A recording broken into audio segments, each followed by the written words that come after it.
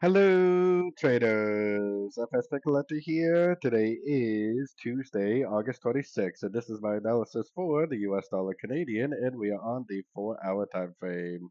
So on the dollar Canadian, we had that big push down right at the 78% Fibonacci retracement level on Friday, which makes me think that this move up right here is very likely a pullback to this last wave down.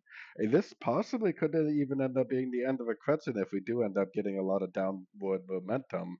So going down to the 1 hour time frame. 1 hour time frame is where I have my Fibonacci retracement on the whole move down. I'm definitely looking for like some sort of a three-way pullback or some sort of a recognizable pullback to one of these Fibonacci levels. This right here is the structure. We definitely made a pretty nice bounce this morning, but we need to see a break of structure to confirm that we're back down. Until that happens, it could make a higher low and it could push up to the 61 or even the 78%.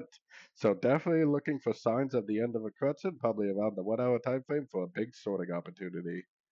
So anyways, don't forget to check out my website linked over here in the corner. And as always, thank you for watching and happy trading.